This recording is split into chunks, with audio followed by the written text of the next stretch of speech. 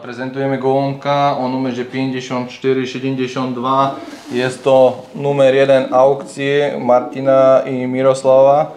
Jest ojciec jego, jest gołąb o numerze 2068. Gołąb z wynikiem w kategorii D. Myślę, że ten gołąb to jest kapitalny wynik zo złotym medalem w kategorii. Super lotník w Holandii z Olimpiady w Maastrichtu.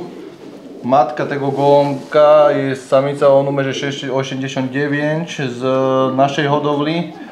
I jest to pełna siostra samicy, która zdobyła prvé miejsce w kategorii D na Slovácii. Jest to samica z gołębi od Waldka Pišťaly, z jego podstavového gołębia Messi. Ta samica dala v ich hodowli 4 gołębie, co zrobili 6 prvých konkurzów na oddział. Jest to największy oddział w Czechach, 150 hodowców.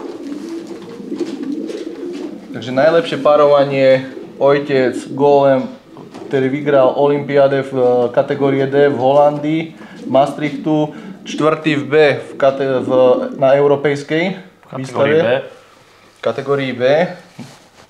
Takže super lotník, matka, kapitálna samica rozplodová v ich hodovli, 4 gołębie, 6 prvých konkurzów.